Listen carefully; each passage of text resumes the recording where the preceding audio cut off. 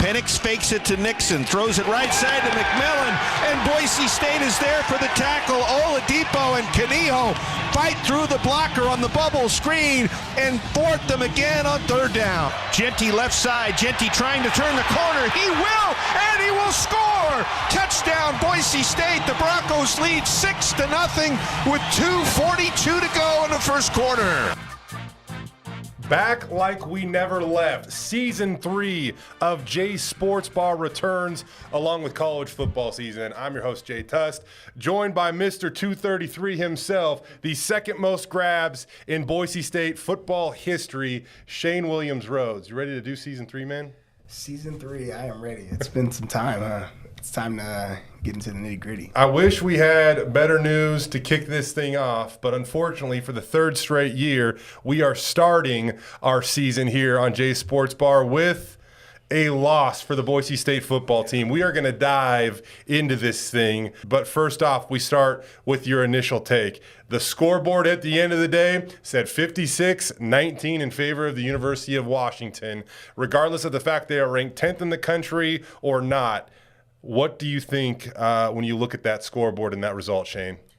Well, initially thinking, obviously, there were certain positions to me that just stood out where I'm like, okay, well, these were already, some question marks and it showed. But then, secondly, you're like, okay, we played a great team. Yes. Obviously. To me, that's the best receiving core in the nation. I know everyone will debate, you got Ohio State, but after the 1 and 2 at Ohio State, it's like a little drop off. So I think these guys, they got about 3 or 4 that can all go. 1 through 3. Ohio State doesn't have Michael Penix Jr. playing quarterback either. That was, without a doubt, the most talented offense that Boise State will face. Not only this season, but you could probably go back the last 10 years. I mean, those 3 receivers as a unit, along with Michael Penix Jr., along with an offensive line that was able to stay in max protect most of the game and just give Penix all the time in the world to throw, they won't face anybody more talented than that moving forward. There is a very, very good team and a very, very good quarterback coming to the Blue this weekend, but not quite that talented. We'll get into the UCF matchup later on the podcast today. We begin, though, again, looking at this University of Washington game. Boise State gives up a number of big plays on defense. They have a number of big drops on offense. And when we get back to Boise for the press conference that happens each and every week, the offensive and defensive coordinator, Spencer Danielson, along with Bush Hamdan, were both eager to take responsibility for everything that happened at Husky Stadium last Saturday. The result that came Saturday afternoon, I take full responsibility for it, obviously. I did not do a good job getting our guys ready for that game, and they played their tails off. They played hard. But obviously didn't do a good enough job from a big picture standpoint, put them in the best possible situation to be successful, and it showed up on a big stage. So I feel bad about it. My heart hurts, but I also am excited to get it fixed. Looking back at it, feel like we were trying to be aggressive, called the game aggressive, and I heard us, I think, with taking some shots early in those drives and not building some momentum. One thing I know about this offense, one thing I know about this program is there'll be a lot of ownership taken. It starts with me. We talk about rhythm all the time, and we got to make sure we play with great rhythm. Okay, so I know that Bush and Spencer are trying to take full responsibility for everything that happened, and I get that. They're the coaches. They're the one that set the tone. They coach the players. In a way, is it also a little bit of a message to the players where if you have coaches that can get up there and take bullets, how much does that increase player accountability this week in that locker room, Shane? I think as the players on both sides of the ball, the guys who obviously didn't carry the load as they should, they know who they are. So to hear the coaches come out and speak up for them, obviously that makes them feel good that, they have coaches that are behind them. Right. But for them now, I just assume, every day in practice they're going to be challenged. And not only are they going to be challenged because they're taking the heat, on the back end, on the front end of it, but now they have something to prove because it's looking a little shaky right now. We're going to start on offense, and it's just because, you played offense.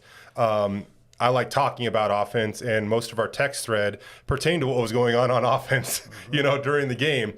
Taylor Green finishes the day 19 of 39 for 244 yards. He has the touchdown, 2 picks. He had a stretch there in the middle of the second quarter where he has 10 straight incompletions. And I go back and I look, and I would say maybe half were on Talon. And it even feels strange to say maybe half were on Talon. That was a very difficult day for the wide receiving group, Shane. And I know that has to hit home personally for you. Yeah, and I think my wife saw how frustrated I was watching the game the first time live with her. So when because I always watch the game 2 or 3 times, try to watch them late at night when she goes to sleep so she doesn't have to endure that pain again. But when she saw me watch it for the 3rd time, I decided just to start counting things. And I'm like, we get to the 3rd drive. Like I told you, we had 5 passes that were either 4 of them, both hands are on the ball, we drop it. One hand gets on it, we drop it. It looked terrible. Yeah, I know that you operate with a different standard than most people watching the game. So I counted 6 drops, but there are a couple other ones there where you being one of the best pass catchers in Boise State history, that you carry a different expectation for that room and guys that are placing those opportunities.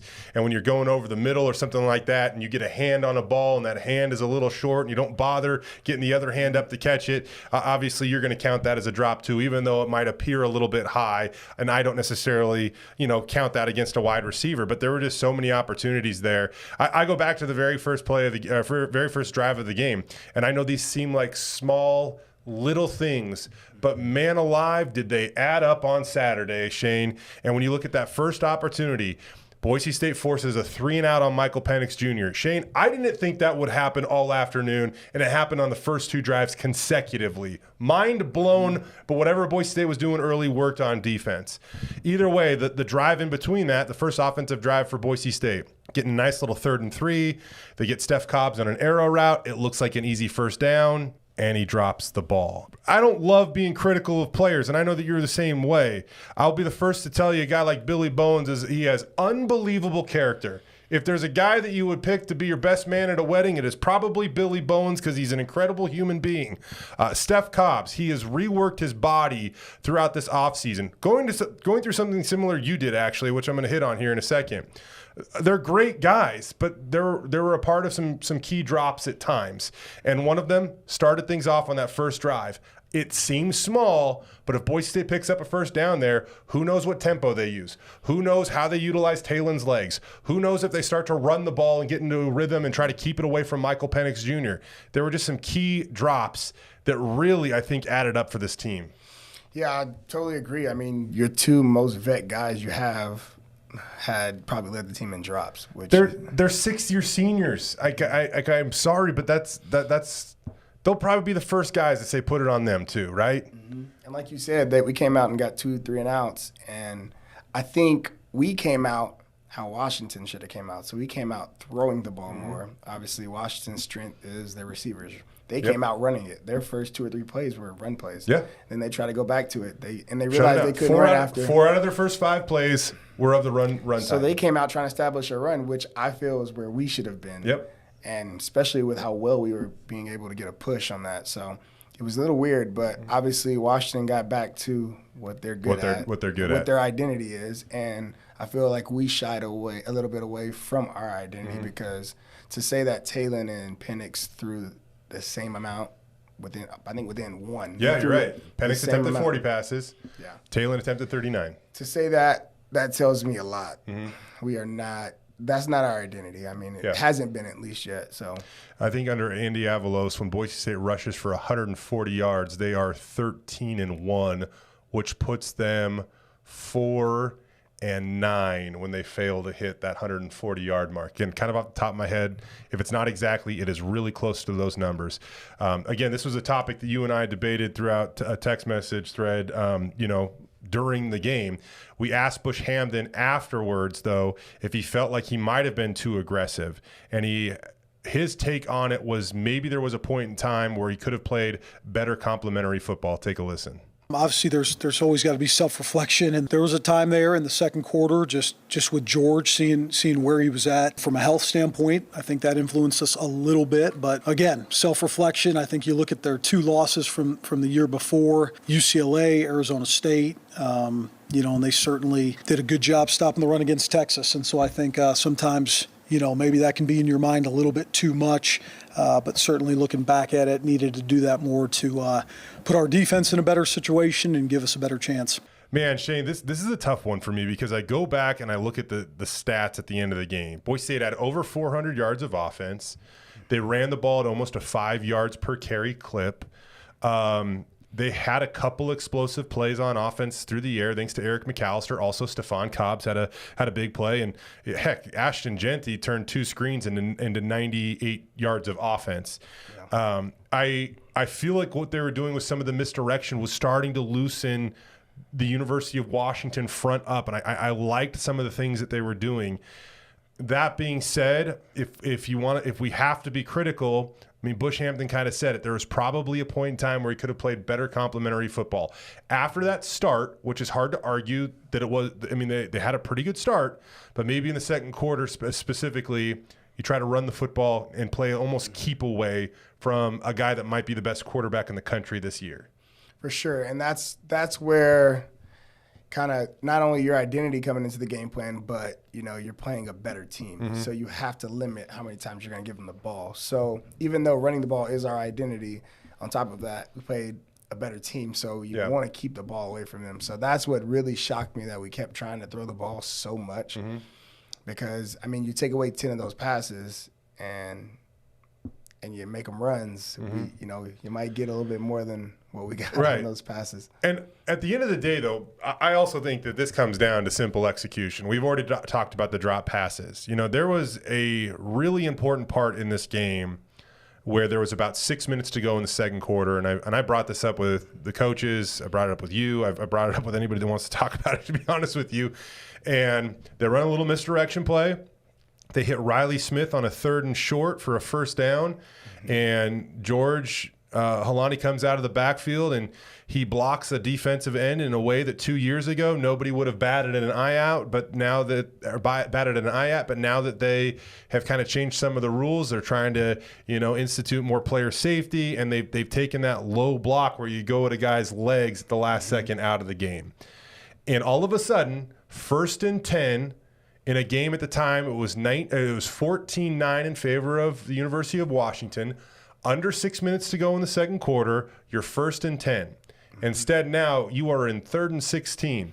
Yeah. That was a massive, massive swing. And I think that they were so close to the tipping point of making this such a competitive game, because if they get the first down right there, I think there is an absolute chance that's where they try to run the ball. And even if they don't necessarily score, being comfortable going to halftime with only a 5-point deficit against the University of Washington, you just try to take time off the clock and not necessarily give it back to Michael Penix Jr., knowing that you also get the opening kickoff in the second half if you're Boise State. They were so close to that, and a key mistake led to 3 minutes and 39 seconds of game clock later. It was 28-9 in favor of Washington. Yeah, I think at that point, you get that first down, and we work on it. It's the 6-minute offense. Now you're trying to run out clock. You're not necessarily looking for the big hitters. You're trying to just work it down the field, especially with that offense, knowing they could score in 3 or 4 plays. Mm-hmm.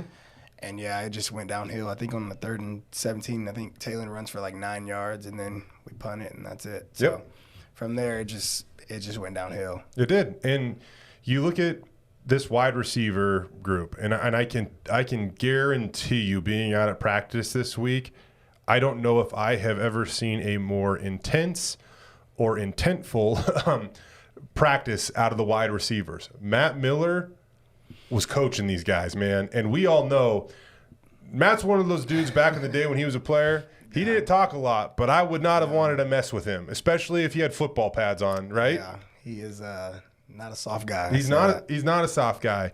And so he was coaching with some purpose clearly this week. Not to say he hasn't before, by the way, but you could just tell the intensity was heightened after that game, and this might be a reason why. Pro Football Focus, they are one of the best websites out there when it comes to this stuff. The grade that they gave for wide receivers in that game that played for Boise State on a scale of 1 to 100 was 49.2. And if you go back to, heck, Shane, when you were playing, 2014 season, that's as far as their grades go back for an entire year. That was the lowest single grade performance by a Boise State wide receiving core since they started keeping track of these things continuously back in 2014. 49.2. Yeah, it's tough. And that right there, I feel like just skews the entire game. It skews the offense. It skews the play calling, because if we can just get half of those drops, depending on which ones we get back, totally different game. Oh, you might not win, but we don't get blown out by almost 40 points. It just looks way different, in my opinion. Taylon Green's confidence looks way different. Yeah. We're allowed to really compliment an offensive line that has been much maligned over years past, but they were a bright spot for me, I feel like. Those guys with 2 freshmen, one starting at left tackle on the road against the 10th-ranked team in the country in Cage Casey, Roger Carrion starting at right guard.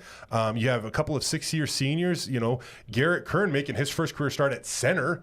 He's played basically everywhere on the offensive line, but they had to have him play center due to an injury. Cade Beresford at right tackle, and then you have Ben Dooley at left guard. That group, man, it's worth talking about them for a second because, again, considering the way the last few years went, considering the way the offensive line specifically got off to a slow start these last few seasons, those guys look ready to go.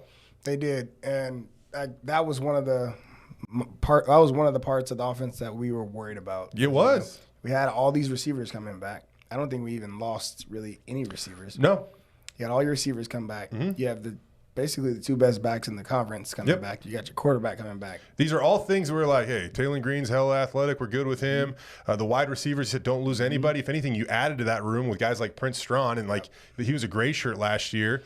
If anything, you added to that room, Ashton Genty and George Helani. Yep, not worried about those dudes. The question marks were the offensive line just because it was kind of prove-it mode. Yeah, and they showed up. They did. Right now, I feel like we're going back to where we were last year at this point, and we're saying we're missing the guy in the receiver position. You're missing a John Hightower, a Cedric Wilson, a Thomas Spurback, Khalil Shakir. We need one of those. And I feel like, to me, based off what I've seen the last 2 years, I feel like McAllister is the closest we have. I could not agree more with you, and I think that Eric McAllister is going to get there. But all of those guys that you just named, I don't think that there is a huge – I know they have different skill sets, but there's not a huge talent gap from a guy like Eric McAllister and Cedric Wilson or Khalil Shakir or any of these go-to guys that you mentioned.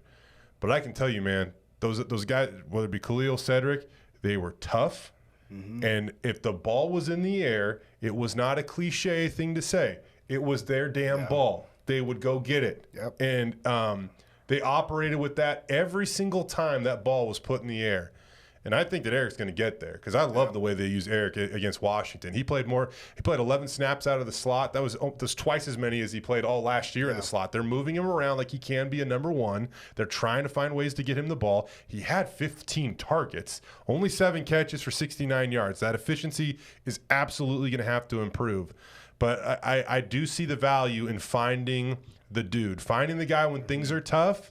You get it to him, and he just makes it okay for a moment. And that moment might be enough to sustain a drive. Yeah, for sure. I'm 100% on board with you on that. It's just tough to watch. We've always had a guy until these last 2 years. Well, I think it goes back, I definitely think the wide receiver room is deeper now than when Khalil Shakir was here. And it's so funny because we're like, oh, no, spread it out. Everything's going to be fine. And that's great. Fine and dandy. I get it. It's a great, fun thing to have an idea about. But now I also do appreciate the value of having a guy that we need something here, draw it up for him. Even if it's not drawn up for him, he's going to make it drawn up for him by going up and making a play. I mean, how many times did Khalil Shakir work a sideline with Hank Bachmeier just kind of throwing it over there, and he's somehow making a one-handed grab, first down, stadium's on fire all of a sudden, go down and score. Yeah, we don't have that right now. That's what we're looking for, and I'm hoping one of these young guys can maybe step up, or maybe even the older guys just take pride in it and just bring it. As crazy as it is, I'm still very optimistic about this offense. And I was a little down even on Taylon's performance when I watched the game live, but you go back and you rewatch it and you take a moment to frickin' breathe, and all of a sudden I'm like, man, a lot of it wasn't on him. I think he's got great potential for the season to come. I think he's figuring it out, and once it clicks, it's going to be awesome. But it is up to that offense and those players to execute and make it click. I mean, last year after his first game, when he did come in and relieve Hank, all we kept hearing was, well, he can't throw. Yeah. But if you look back at this game, there's a ton of balls that are bouncing off of hands, whether they're deep balls, whether they're out routes from the far hash. Like, he's making throws, and they're getting there, but we aren't making the plays. Right. If you have a guy like Talon, and I'm curious about your take on his run-pass balance. And it's going to be such a polarizing topic for as long as he's here, and so much so that it's almost annoying, in all honesty, because it's almost going to feel like he can never quite do right, probably.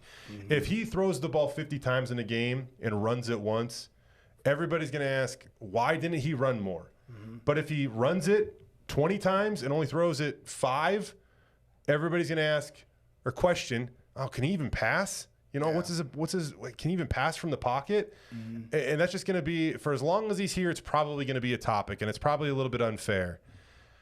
That being said, Andy Avalos, he told us, it's not often he gives us this information, Shane. He told us there were at least 10 read-type plays that they called. And in almost every one of those cases, Talon handed the ball off. Bush Hamdan elaborated on that, saying there might be a couple opportunities in there where Talon could have kept it. But it's all about the rule. The rule is, when in doubt, you got to hand it off. You don't want to jeopardize your franchise, really, right? That's true. Those Washington defensive ends, they were playing very, very wide at times. Yeah. And so I can see why Talon handed it off. But he has such a unique skill set. You don't want to force anything, but at the same time, you have to find a way to untap that potential, right? Yeah.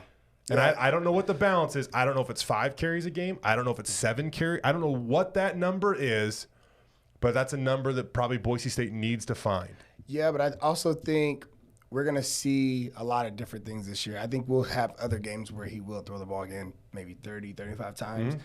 And then maybe the next game you'll see him run it a ton. And I think they're going to use that to keep everyone on it, on their P's and Q's. And you have to switch it up. Yeah. You can't go out every week. He's not the type of runner that could run it 12 times every game. Yeah. It's not the same. He has great straight line speed. Mm-hmm.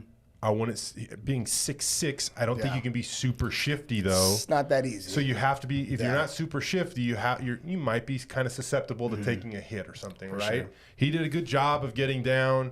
Other quarterbacks in the past have struggled with that, I would say, at times. He did a good job of getting down when he did get the opportunity to take off. He still had over 30 yards rushing in the game, but most of those were on plays that kind of broke down. Jumping over to the defensive side of the ball, because, again, I still am very optimistic about what this offense is going to do. I am just going to invest in what they are saying at this point and give them one more shot, because I think if they can execute at the level that they should be able to execute, it looks very differently. I think you texted me they could have scored 35 points against the University of Washington. I believe that. And when you consider what that would have required of them staying on the field with some of those drops, I wonder how many points that would have taken off the board from the University of Washington. And even some of the frustration plays at the end, I would say, where Bush goes, back to the well one too many times on that screen pass, and UW eventually just reads it beautifully and gets an interception out of it. But I remain confident in them. The defense is another group of guys, though, that it's a little bit more unproven. There's a little more unknown there because of the youth they have on that side of the ball, the amount of starters they are replacing on that side of the ball.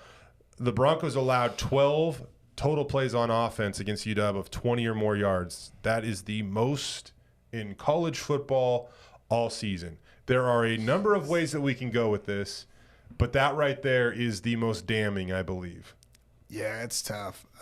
After watching the game the second time, it felt like Washington was playing Madden. And they were playing their little brother, and they knew their little brother was going to continue to run the same few plays. And so they just after it, it felt like they came out, and obviously they tried to establish the run. So those drives, you just throw them out. Mm-hmm. But once they started throwing the ball, there was nothing we could do. Penix was dropping bombs again to 3 of the most talented wide receivers that you're going to see in the country this season. And this week, defensive coordinator Spencer Danielson said as they move forward, the number one answer they have to find is how to limit big plays. we know we're better, right? From a communication standpoint to even a scheme, from a call, we're better than we played. And so looking at it, does that mean that if we get all these things, games never work like that. You're never going to go into a game and leave. Everything's perfect, guys. Great job. We'll see you guys on Monday. There's always going to be stuff to clean up, but we got to do a better job eliminating all these explosive plays, because that's what hurt us on Saturdays. Obviously, the amount of explosive plays they had. In the first quarter, we were able to limit them, and then obviously in the second and third quarter, it opened up on us. And so that's where I believe Washington's a really good offense, but we're way better than we played. Now, when you watch a game and you see certain wide receivers running by certain individuals and you automatically say, well, that's that guy's fault, that is just simply not always the case on defense. And I don't know how much we have to get into the blame game here, because at the end of the day, they gave up 56 points. But I do want to bring up one name because I'm just curious your take on this. Rodney Robinson, their free safety, gave up a couple touchdowns on Saturday. He did. But the perception at times is this guy was out of place. This guy wasn't doing his job. Anybody that knows Rod knows that this dude's a film junkie, right? And to me, as I kind of relate this to my baseball career, you would try to study tendencies of pitchers. And there are times where you're going to guess, right? Like, his tendency says he's throwing me a curveball in this situation, this location, I'm sitting curveball. And then all of a sudden, he breaks his tendency and he throws a fastball by you that you barely even get the bat off your shoulder. I very well could be wrong here, Shane. But a guy like him, I know he's a good player. Yeah. And I just wonder if there's situations where now all of a sudden you spend a ton of time in the film room and you see a guy crossing in front of you and the tendency says, go get it. But in reality, you're probably going outside of what they call their 1/11th and forgetting what your main responsibility on the play is. Does that make sense? I totally get you. What I saw a few times for him specifically is it looks like you said, tendency says this guy's going to run this route in this situation, and the guy does not run it, and he just overcommitted versus just trusting the technique, just trying to make a play. But here's where the football intelligence has to come in with those, is because if it's 3rd and 6 on the 6, or 3rd and goal from the 6, do we have to gamble? Or if we get the stop, we just force a field goal? Okay. So we get one of those. So that happened, I know, in the red zone. I think it might have been the first touchdown. I think Penix put the ball on the ground. They're in a stick and nod. And, it's, do you really have to bite on the nod? You got help, to that side. And it's tough. I mean, that's what makes the gamers, because you can look at the Colorado game and look at Travis Hunter. He makes that play in the flats, right? So that was incredible, by the way. He took the chance, but and he took it the worked. chance. Yeah, it so worked. it's hard. It's hindsight 20/20. But then you have other plays where I believe, it might have been McMillan. He runs. He basically runs a post, but you could just see Rodney being so flat-footed and trying to get back, and by the time he gets his head turned around and try to chase, those guys are 6'3", and they're not slow. Hey, going into this game, and we should have done a podcast before. I said this on the pregame show. Going into this game, Boise State had to play their A game. They were not coming out of that game with a win or even a competitive loss by not playing their A game. Yeah. And if you were to probably grade this thing at the end, Boise State probably walks away playing a C- game, and the team that's ranked 10th playing in their home stadium played probably an A- game. And that is why the scoreboard said what it did at the end of the day. If they play that game again, I don't know if the score is any different, to be honest with you, but I would definitely like to hope that some of these things that Boise State goes back into the film room today or the last few days, and we're like, these are just easy fixes. Yeah. Do your job. Catch a pass, and that involves catching a pass or not going beyond what you need to do. Like, there are playmakers, and there's going to be a time this season where maybe we don't, we contradict ourselves, because there's a guy like Rod that on film, he makes that play because he does go and he guesses right and he gets it right. And that's kind of just the life of playing that position, probably. I always say, if you're a DB, especially a cornerback for that matter, toughest position in all of sports. I literally think guys that want to sign up to play that are insane because they're probably athletic enough to play wide receiver. And so those guys are just, they're crazy to me that you want to play those positions. They are cut from a different cloth than I am, and I am openly willing to admit that. But those are just things like I think they're going to go back and they're going to clean up. It seems like you see 56 points. How are they going to make a massive jump, this season and get better? But Matt Miller said it today about his group. Some of these things are small, and I can't remember what I can't remember exactly what he said, but brilliance in the details or some type of alliteration. I can't remember what he said, but he said it like that. And he's like, we're not trying to reinvent the wheel here. Yeah. We don't have to. For sure. They just have to do some of these small things better, and they'll add up to a much different outcome. Well, the good thing for our safeties is UCF will be installing all of those plays that Washington just ran. They have the speed for it. They're obviously not as big, but they can run. They can absolutely run. They're going to go faster in terms of their tempo. Yeah. They're going to be the guys that the first down chain's barely being set, and they're going to be on the heels of that guy trying to move the ball already. This test coming up is going to be massive, and I think that what another opportunity for this Boise State football team to begin the 2023 season. The season opener did not go their way. If we need a glass half full approach and just make everybody take one collective sigh at home, if we're being real with ourselves, a win on the shores of Lake Washington was being very optimistic. And for sure. So very much the season is in front of them. And from the get-go, it seems like the truly defining games in this season, I know the Mountain West games are there. They got to win those. They should be heavily favored in just about every one of them. The road game at Fresno could be interesting, especially with the way that they opened up with the season with the win over Purdue. Yeah. But if you look at if you want to dream about bigger bowl games, it wasn't necessarily the UW game that probably was going to be a part of the defining outcomes of the season. It was this game coming up here on the Blue versus UCF, and the game near the end of the month at Memphis.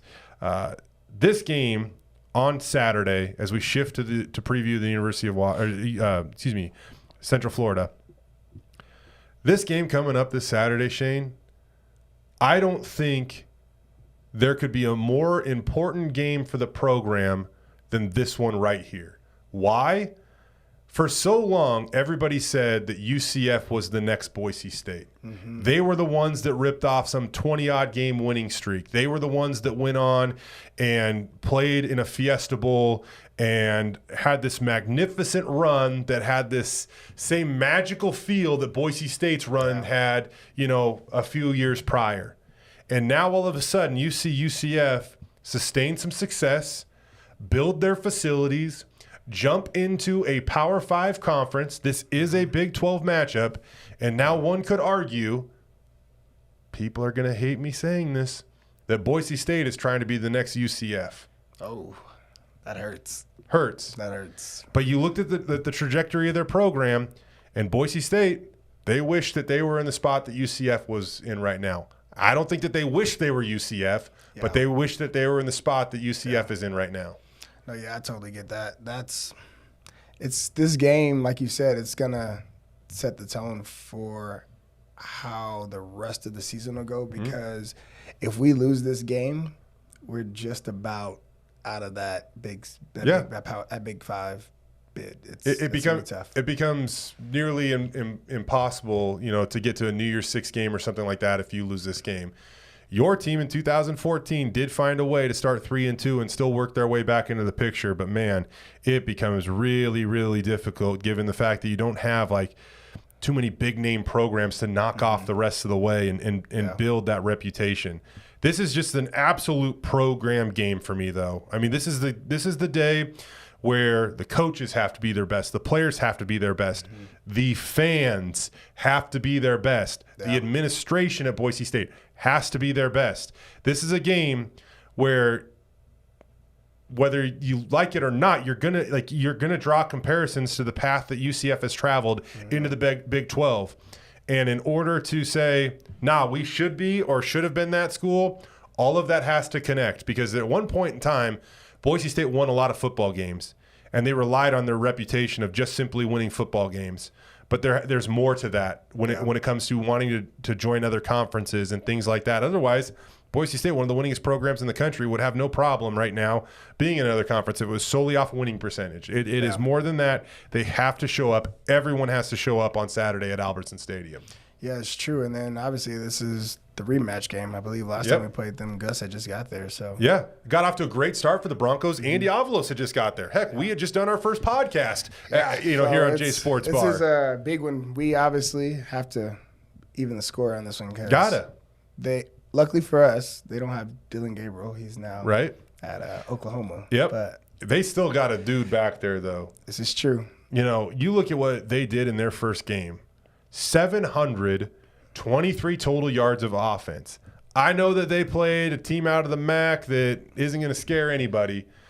723 yards of total offense. They scored 56 points. That is the same number of points that Boise State gave up against the University of Washington. UCF ran 81 plays. 81 plays, 723 total yards. Like that's ridiculous.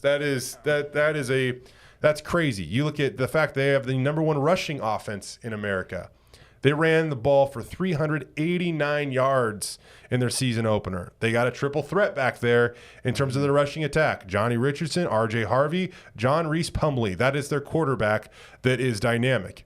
He threw for over 300, rushed for 90. He plays baseball for UCF, and he takes the cart across campus to go to football as well. The dude does everything well, right? And so this is just a challenge again. Personally, maybe you want another game to make sure you can right all your wrongs, but if you are testing the strength of the standard and the bond of the brotherhood and all of the the buzzwords that they use over there at Boise State, this game is coming at a perfect time to test all of that because the actual timing of it might not be ideal, but you lean on your foundation, you lean on the brotherhood, the strength of the standard, again, all those buzzwords, and they show up for this game. Yeah, it's a statement game for us.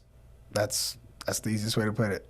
So we got to make our statement because they've obviously already made theirs doing what they did last week. I mean, it doesn't matter who you play against. Put up 700 yards that's crazy. Crazy. Yeah. You play against air and to execute at that level. Yeah. It's pretty, they're going to go fast. They're going to test Boise State's secondary. Oh, yeah. The defensive line has to sustain some type. I don't even know if I'm going to call it a pass rush. They have to just somehow make them uncomfortable at times on offense. Yeah, the D-line and the linebackers have to do something to help the secondary because there's no way if our push is based off how it was last week, we're done. Who is the guy on defense that becomes the dude? The guy that you're Curtis Weaver, where all game long they double that guy, and the one time they don't, he makes you pay. How do they find and identify the Kamale Correa? I say this in the kindest and most complimentary of ways, the psychopath that is going to wreck shop all game long and just be that scary dude, right? Who is that guy? Who steps up and assumes that identity? It's just much like the receiver position. I feel like we've always had one. You know, you go back, you have your Shea McCullens, your DeMarcus Lawrence's. It's just every year there's a guy. So I don't know who that guy is, but obviously right now the only guy I feel like we just have that's every play we know he's going to be either making the play or around it is DJ Schramm. DJ Schramm's a dude. Like it's when we go back and we watch these games and we see all the wrong and then we forget about some of the right and DJ tackled well. There was a play in that game where they had bracket coverage and he got involved in the coverage on the play and Tubner eventually knocks the ball out right at the goal line, but DJ is running full speed on number 4 for the University of Washington, 50-some-odd yards downfield and trying to help break up this play. And I'm like, that is – for him to be doing that in that position, man, he is a high-level player, a 6-year senior that he's going to have a phenomenal season. He's probably going to contend for Mountain West Defensive Player of the Year honors. But they still need that guy that you truly fear down in and down out. I think DJ's always a guy that you account for, but he doesn't blitz a ton, you know? And so, like, who is that guy, that disruptor of the game? Can it be the guy lining up next to him, Andrew Simpson? I think the world of his talent. Yeah. He's only a sophomore. I wonder what he can become and how they can utilize him, you know, I don't want to say better, but differently. Who can become the dude that becomes the disruptor and just makes those opposing offenses feel a little uncomfortable? Where's 10 at right now? Get another guy over there, you know, something, whatever it might be. I think he has, based off of like just watching him play this year and last year, he has the best combination of size and speed to be that guy coming off the edge. I would love to see that happen, because they got to find a way that they can start to scare opposing offenses, just make them worry about what they're throwing at them. And I don't necessarily think that University of Washington was concerned with that. I mean, UW stayed in max protect like the whole freaking game, it seemed like, and Boise State couldn't provide, because they're in max protect, it was hard to get to Penix. They couldn't cover the receivers of what was left in the secondary, and they just could not pull UW out of what made them comfortable, and that was max protect dropping bombs. And it's tough because they were max protecting, and then we decided, well, we're not getting there, so we started dropping 8, right? And we still weren't stopping the receivers with 8.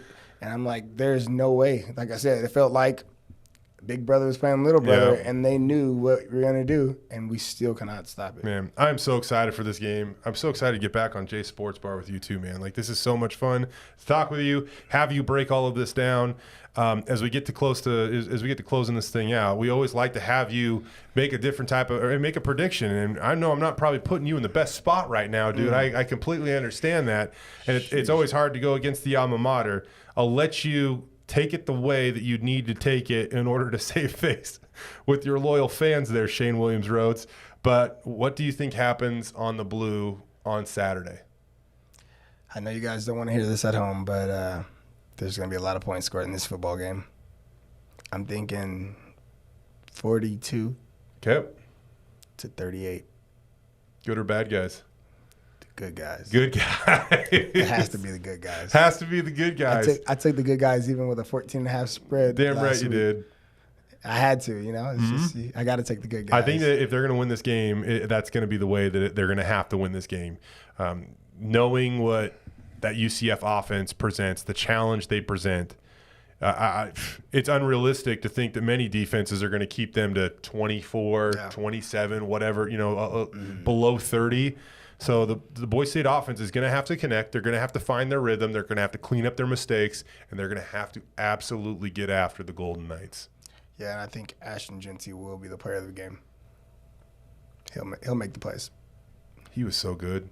He's always right. Yeah, he just that never misses a beat.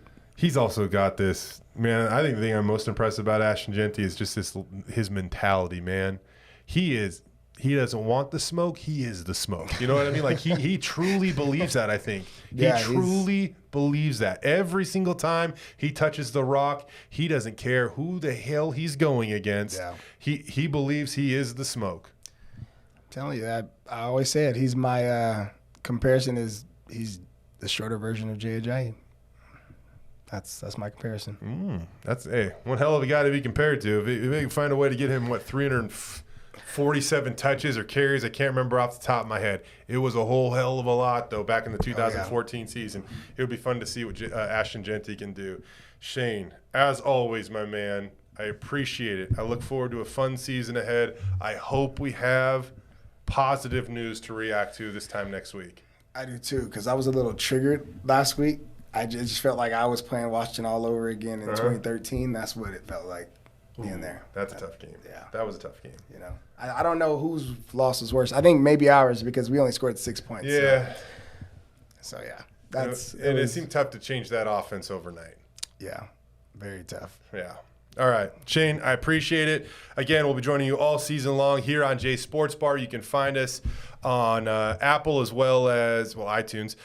You can find us on KTVB Plus and then obviously KTVB.com. But first episode in the books. We'll see you all on Saturday on the blue. For Shane Williams-Rhodes, I am Jay Tust. This is Jay Sports Bar, serving the Idaho sports community.